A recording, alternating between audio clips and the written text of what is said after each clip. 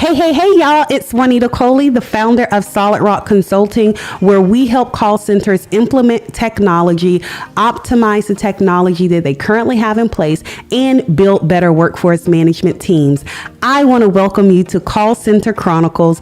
Call Center Chronicles is a place for CEOs, call center professionals, tech leaders, and yes, the customer, looking to have fun yet thought-provoking conversations around how we improve customer experiences and companies' bottom line. We are on a mission to normalize women in tech and workforce management leadership roles, and we believe that starts with conversation. Welcome to Call Center Chronicles. Hey guys, it's Juanita Coley, the Contact Center Whisperer, the CEO and founder of Solid Rock Consulting. Listen, I am super excited to welcome you all to another episode of Call Center Chronicles.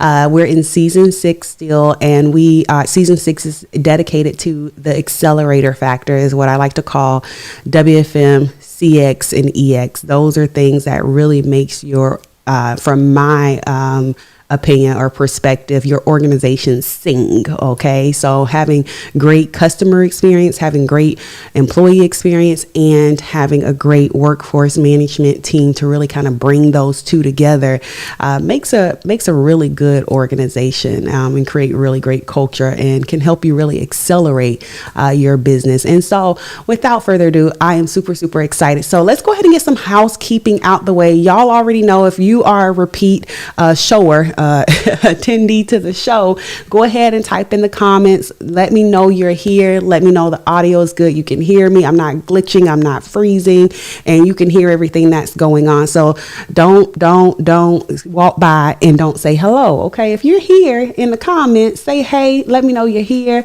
I think one of the things with being virtual a lot is so many times it's so easy to not engage. But I challenge you to, if you're here, engage. And if you're not here and you're watching this on replay, engage. Let me know what you found insightful. Let me know that you were here, because I do love to come back and read the comments and engage with you all, right? We're in a virtual environment. Sometimes we're in hybrid, we're in person, and then we're together. But I think engaging is just so important. We find that we are more alike than we are different when we actually engage. Anyway, that's my soapbox. So drop in the comments. Let me know where you're tuning in from. Okay, so housekeeping, Lunch and Learns. We should have Lunch and Learns coming back up on the events, which are our Variant Lunch and Learn sessions. If you are a Variant user and you're like, man, this is one feature I've been trying to learn how to really nail, we have free Lunch and Learns that we host. So make sure you're on the website, solidrockco.net, and you're visiting our events section of the site. We have live events. We have Lunch and Learns. Make sure that you're taking advantage of those free resources. That's that. Okay. Up and coming events. All right. So next up and coming event that I'll be speaking at, you guys know that you can always find me somewhere speaking. Okay. The Where's Juanita site.com is an actual real site. You can go there if you want to find where in the world is Juanita. Where in the world is Juanita? You can find me there and see all my travel things. Sometimes I'm getting engagements quicker than we can get it updated, but you can always find live events at the Solid Rock site as well. So solidrockco.net/events or live events. So make sure you're checking out those. The next one that I have coming up is UCX USA. Okay, that's going to be in Austin, Texas. It is September 13th and the 14th. And you already know I'm talking about all things contact center. I'm talking about workforce management, workforce engagement management as well. So make sure if you're there, I'll drop the link in the comments as well so that you can go. If you're in Austin, come check your girl out. Okay. All right. I have Zoomtopia coming up in October. So I'll be speaking at Zoomtopia. That's going to be a super dope event. So again, I'm not going to list all the events because I'm always somewhere speaking, but those are the most two that are rapidly approaching. Okay. So make sure that you're on the Solid Rock site looking for live events, because that's where you can find me. A lot of times you're like, where are you going to be at next? And I'm like, it's on the website, Anyway, I kind of got like a little, I should have like a little petty shirt on because I can be petty sometimes. Anyway, leave me a comment. Let me know where you're tuning in from. Also, if you would like to be on the show, make sure you DM me. Call Center Chronicles is dedicated to talking to leaders in the CX space, in the contact center space, customer experience space. And we really want to normalize the contact center industry, workforce management, customer experience. I say this all the time. If you ask a child anywhere around the world what they want to be when they grow up, generally they're going to say what they can see. Right? They want to be what they can see. I want to be a doctor. I want to be a lawyer. I want to be a football player. I want to be a singer. They're generally never going to say, I want to be a call center director or I want to be a workforce manager. And I think those are some careers, I believe this I think contact center itself is such an amazing place. It personally changed the trajectory of my life. And so I'm on a mission to make contact center more visible so that people even know what it is and all the ways that your career can take off. It's so many different places. And that means that we have to be visible. We have to make it fun and we have to be seen in order for people to say, oh yeah, I want to go into ops. I want to go into this. And this is something that I want to do. This provided a great life for me as a child growing up. And it's something that I want to do. But if we don't talk about it and we don't normalize the conversation about contact center and call center careers and how it can change the trajectory of your life, then it won't be a thing. Okay. So anyway, soapbox again, just reiterating the purpose of the show. If you're like, why does she take her time to do this show every week? This is why. Okay. This is why we put the show on TikTok as well, because that's where the kids are at. TikTok and Snapchat and all the things. That's why. Okay. Anyway, so that is the show. Without further ado, all right, I would love to welcome you to Jeremy Hyde. Jeremy Hyde is my guest this week. Jeremy, thank you so much for saying yes, for being on the show. I really appreciate you taking out the time to be with me today. Yeah, absolutely. Thank you for having me, Juanita. Really exciting. I'm going to have to see if I can match your excitement. You just like you're bringing it, and I'm feeling like I haven't had enough coffee, so I'm going to try really hard to match, and bring it like you are.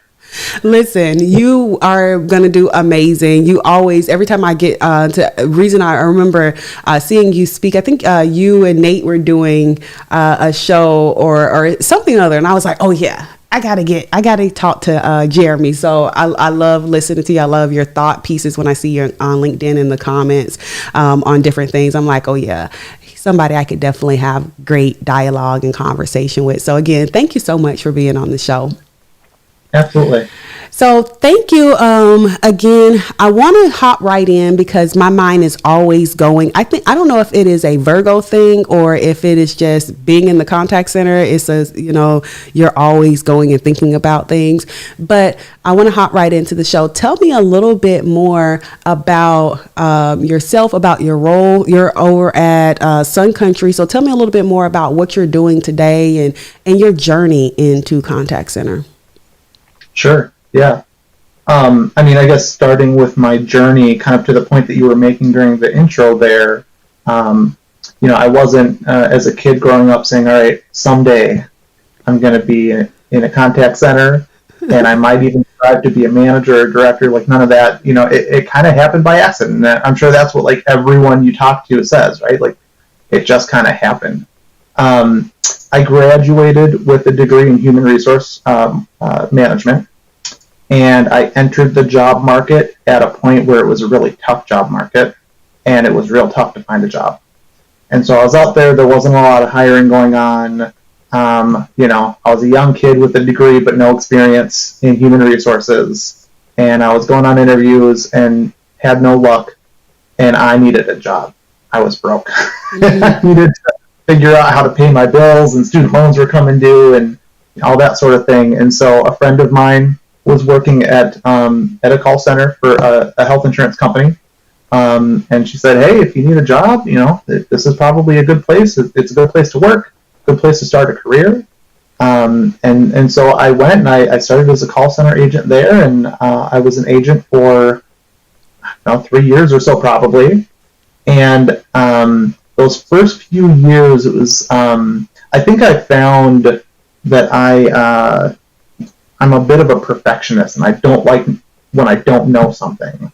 And so that that beginning was really uncomfortable for me because I felt like I didn't know anything ever. I felt like very overwhelmed in the beginning, but it was like, all right, I better figure my stuff out. And so, I just kind of I very quickly became a subject matter expert within the products that we were supporting, and kind of grew within the tiers of the agent role.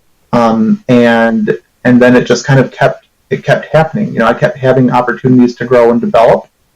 Those first few years, I thought that, I was going to hang out in the call center for a little bit, and then I was going to go and do something else.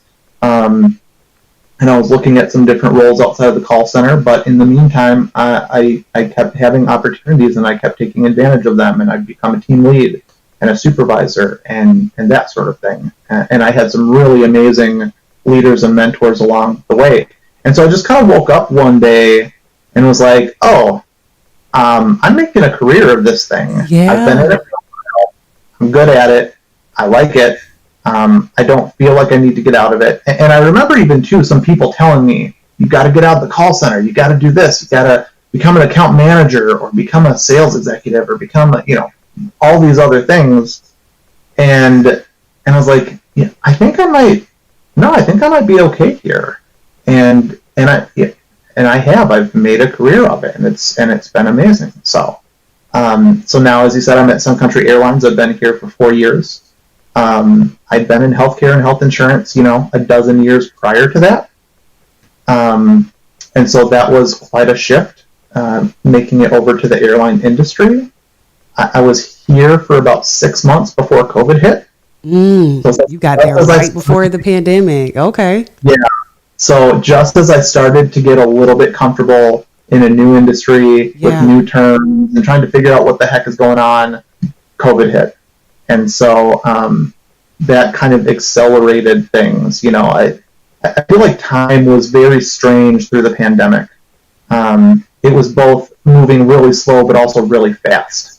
So the last 4 years, I always say, the last 4 years don't feel like 4 years. They feel like 1 and 20, and at the same time. Exactly. No, I know exactly what you mean by that for sure. 1 and 20. Oh my God. I can identify with you so much when you say that. You said some things that really resonate with me about, so you said your degree, when you were in college, you were going for human resources, right? Yep. And then you start off in the call center, just kind of, because you needed money, you needed to work, which again, that's how most people, my story, I was a teen mom. And so I was like, I got to figure this out. I got to, feed the baby.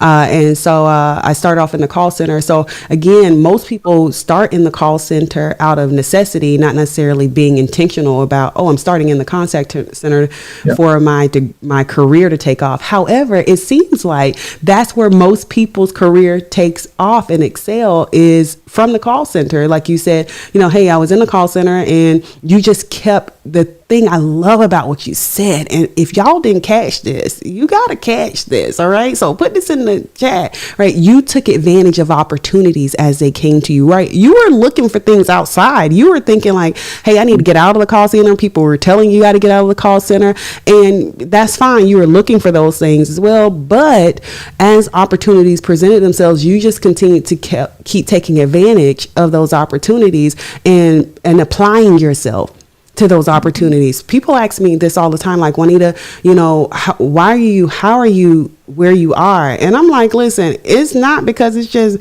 cotton candy and rainbows, it's because there are challenges which presents opportunities, and I just instead of running away from the fire, I'm usually the person running into the challenge and into the fire, which is then if you can conquer it, if you can master that beast, if you can conquer whatever that challenge is, then you get promoted. Many times people want to be promoted and they haven't demonstrated. This is good. I feel a preach moment come on. They haven't demonstrated the skill.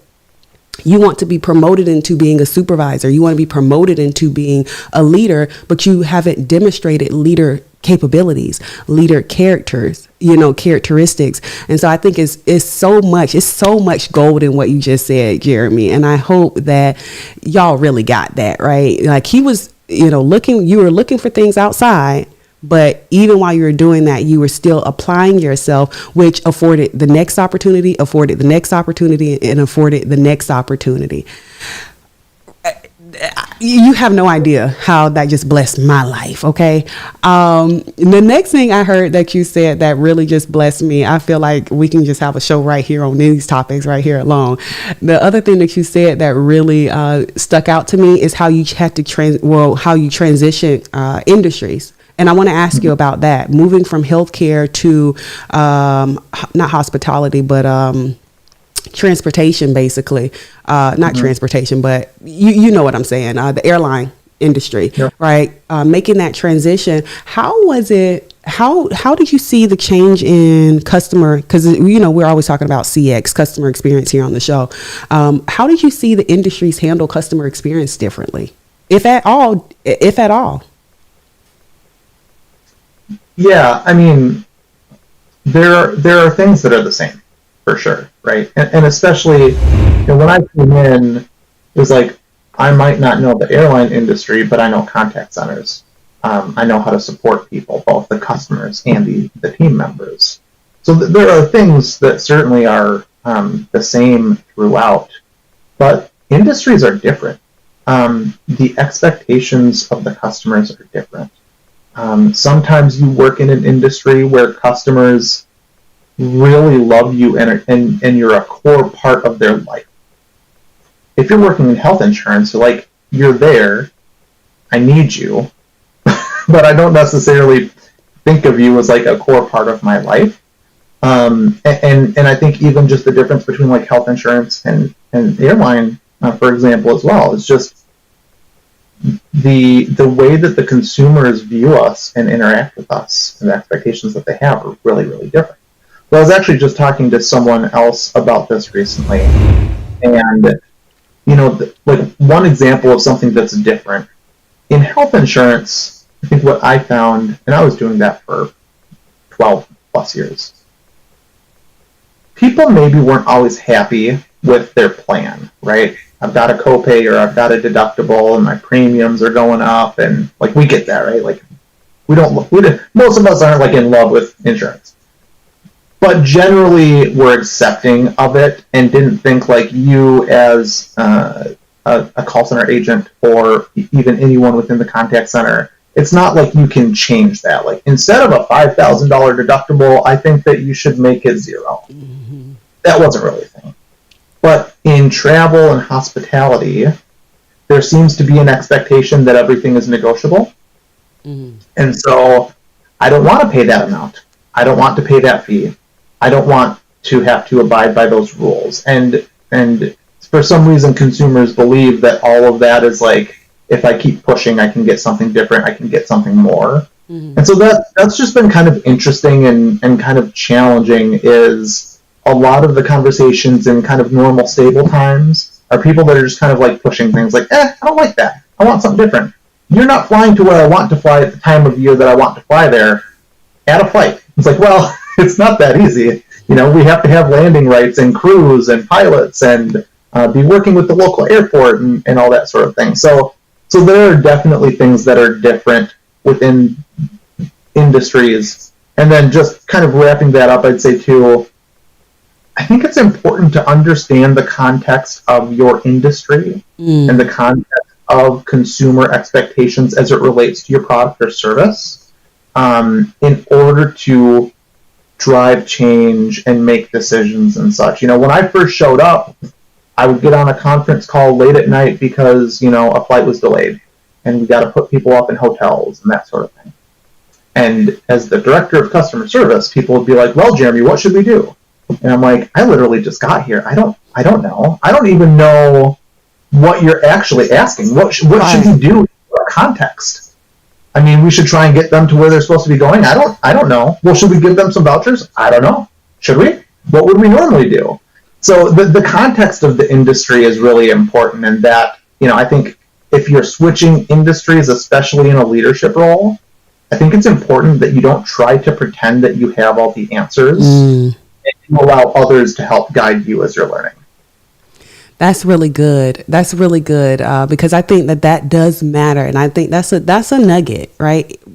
because many times you'll find CX leaders that have been in the same industry, and so they are working in the same industry and they are referring to CX in other people's industries, like, well, you should do this and this is how customer experience should be. And it's like, but we have regulations that doesn't allow us to do, like, case in point with insurance, like that's a regulated industry.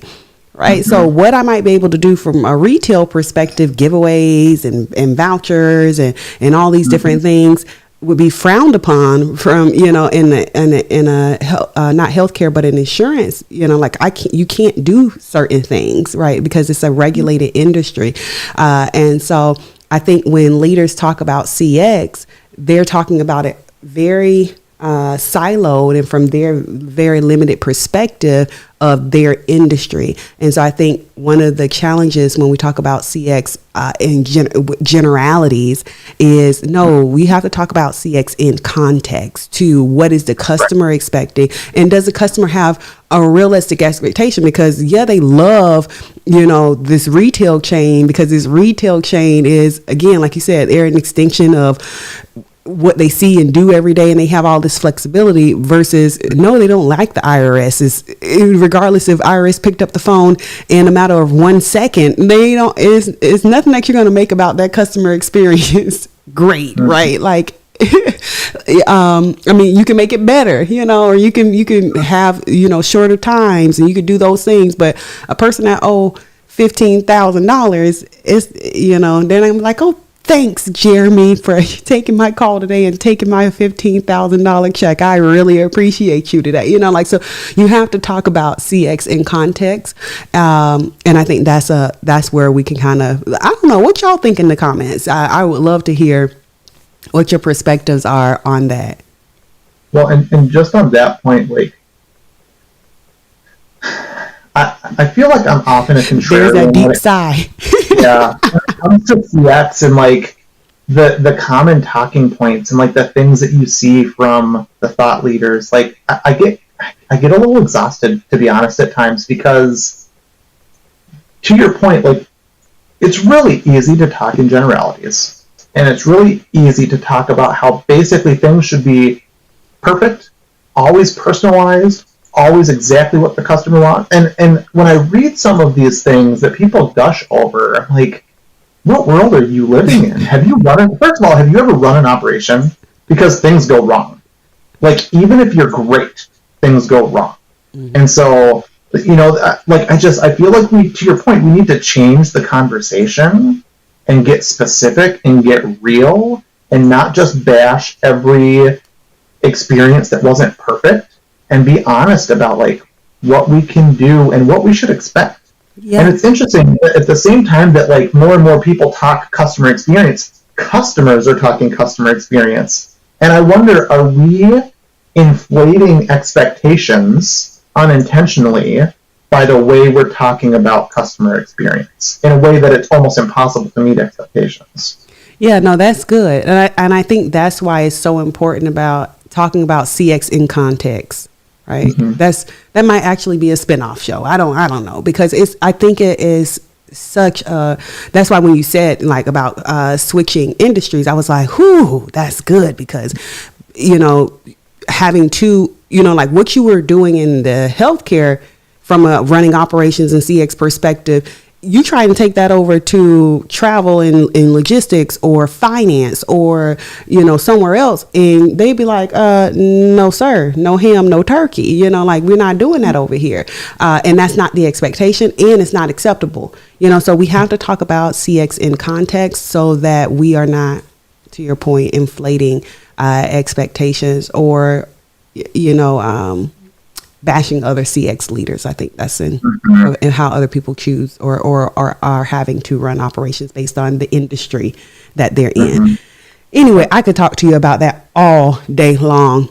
I'm interested in, so Jeremy, you've been in the CX space. So you started in the healthcare space. And how long ago, if you don't mind me asking, how long ago was that? So when I started that first job at the insurance company, that was August of 2007. Okay. So what's that? 16 years exactly, right? It's August of 2023 now. I think that's 16 years if my math is right there. So, yeah, that August of '07. So I was coming out, '07, if you remember back in those days, like, it wasn't a great job market. It wasn't a great financial situation. We hadn't quite hit everything crashing. I think that was like '08, but we were leading up to it. Mm-hmm. And so you've been we were talking earlier, and you have children. How many? You have a son, right? How many kids do you have? Again, No, 2 girls, 10 and 14. 10 and 14. So yeah, you were already in the call center space at that time. It's interesting. Whenever I'm talking to my kids about what it is I do and all those different things, I'm like, you, as much as I talk about this stuff, like, and this is my life. This is not like, I'm not one of those people who turn on for, like, oh yeah, this is how I am in person or I am on camera. And then like at home, I don't talk about, I leave my work because I run a company, right? So I'm about to say country. I do not run a country. Don't want to, not at all, right? And so I'm always thinking contact center, workforce management, all those different things. And so it's interesting, as much as I talk about it, do TikToks about it, they still are sometimes like, what? Like I kind of get it. So I'm always interested in other CX leaders and ones that, have been in the space quite some time. Do your kids get what it is that you do? Or do y'all ever have conversations about what it is you do? So I asked them the other day about this. So I knew you were going to ask me. And I was like, I wonder. And like you said, like, I live and breathe this stuff. I think I talk about it all the time. I'm part of a nonprofit networking organization for contact centers. Like, a large part of my life is my work and the work that I do and that sort of thing.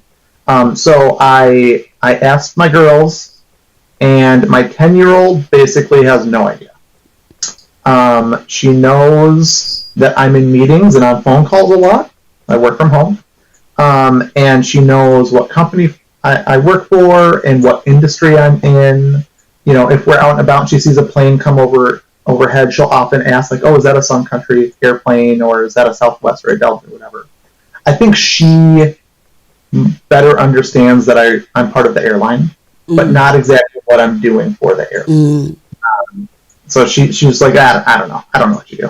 My 14-year-old, though, she definitely had a much better sense of things when I asked her about it. So she didn't describe it the way I would describe it, perhaps. But she said that I was at the top of the customer service department and I made big decisions about what happens with the customers and how we address their issues. I was like, that's pretty good, actually. That is really good. Yeah. The reason I always ask that question, or I love asking that question to leaders that have children, is because or they're maybe mentoring kids or different things like that, is because I'm wondering from a kid's perspective or a young adult's perspective how they perceive what it is that we do. And the reason I'm always interested in that is because perception is everything. And so if you can perceive it as, if we can talk the same language, like now I know, okay, your 14-year-old thinks that. So when I'm talking about contact center, I need to talk about, or contact center leadership. Hey, I'm in a role that's at the top of the call center, ladder, and I deal with customer issues and how and shape the way customer issues are handled. Because that's the terminology that they would understand, because that's how they perceive it. And so rather than talking about CX or talking about, escalations, or talking about it the way that we as adults would, have the conversation, or we've been conditioned to have the conversation. I love to hear how children or young adults perceive what it is that we do, so I can talk in their language. And that's generally why I ask that question.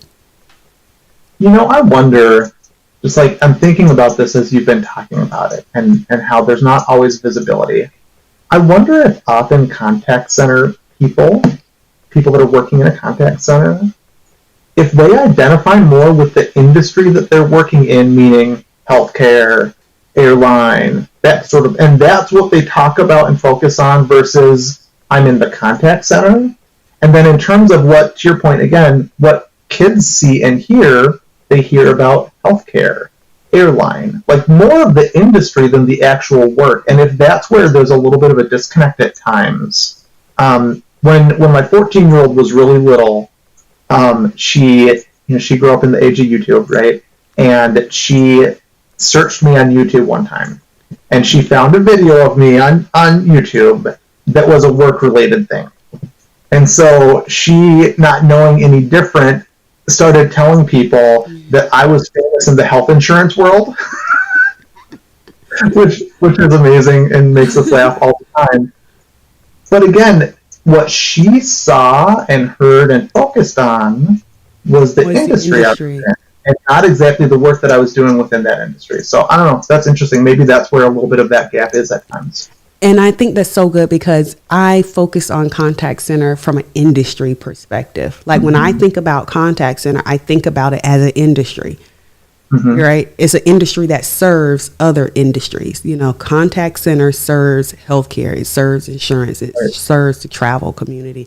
So I think about it as an industry, which is why, again, one of the missions is to normalize the industry. Is to normalize contact center as a industry and push it to the forefront so people can say, oh yeah, I want to be in contact center as a this and that. And I think if we start to aspire to that, you know, in raising a next generation that's intentional about it, that impacts our customer experience, right? That impacts our products that we have, that impacts the AI, that impacts the technology, and impacts all of those things because people are intentional about going into the industry, right? We just think about like technology as an industry. There's been so much focus on, getting more women or minorities in technology that it's an intentional thing now. So there are career paths. I mean, you can't even go to Coursera or a Udemy or something like that, learning platform where there's not a course on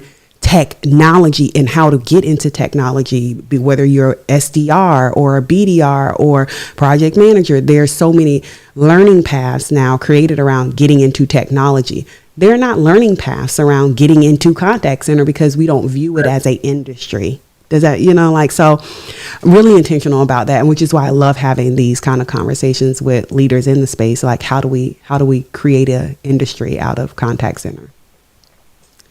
How do you view, I know we're at the bottom of our time. I told you we'd get through like 1-2 questions because it's just I like having really great in the moment, authentic conversation, and where it goes. So I'll definitely have to have you back for sure, because I know we're at the bottom of our time. But what do you see as one of the common challenges that's facing the industry, whether it's the airline industry or whether it's, CX in your industry as a CX leader? Yeah, I think within contact center and CX world specifically, we continue to see and hear about the gap between the experience we're delivering and the experience that people expect. And so I think there's a lot of work that we clearly need to do to close that gap. And some of it is around managing expectations, perhaps. Some of it's also continuing to improve the way we manage process and the way that we leverage technology so that we can continue to make things better. As it relates to all of that, the last 15 plus years, as I developed myself as a leader and tried to prepare myself for a role like the one that I'm in, I was focused on learning about hiring and quality management and training and workforce management and all of these fundamentals, right, that go into leading a contact center, and all of the fundamentals that have been kind of mostly the same for the last, I don't know how many decades. And what it has not prepared me for is the way that technology has evolved so rapidly in such a short period of time. And I think that there's becoming this gigantic skills gap and knowledge gap as it relates to technology for the contact center and for the customers. And people that do understand this technology and how to implement it and how to use it effectively and not let technology run amok and put it in a situation that's bad for the customer, they're not in the contact center. And so it's just, this is something that I've been trying to think about, is like, wow, I'm not the expert that I wish I was in this particular category. And so how do we close that gap? How do I make sure that if I'm not that person, how do I find those people around me within my organization so that we can be leveraging these amazing things that are out there, and they work if we know how to work them. I absolutely love that. I absolutely love that, because I think that is a huge gap, is, what the expectation is versus what we're delivering. And then something else you said, and I think that it's worth honing in on, is really understanding as a CX leader, or as a leader, period, right? The fundamentals that wrap around. Right. So you called out one of my loves, which is workforce management, right. Understanding that more, and how does that impact what you're doing? How does that impact your people that you're leading? Quality. How does that impact closing that quality, not just doing quality for quality's sake? It's nothing else that makes me twitch, right, than when organizations implement a quality process, but then they're not calibrating quality, or they're not closing the feedback loop. It's like, why are we doing quality in the first place? You're not even telling the agents or the employees what their scores are, or you're not closing the feedback loop, and again, you got to start somewhere. So I'll say that. So it's no condemnation. You got to start somewhere.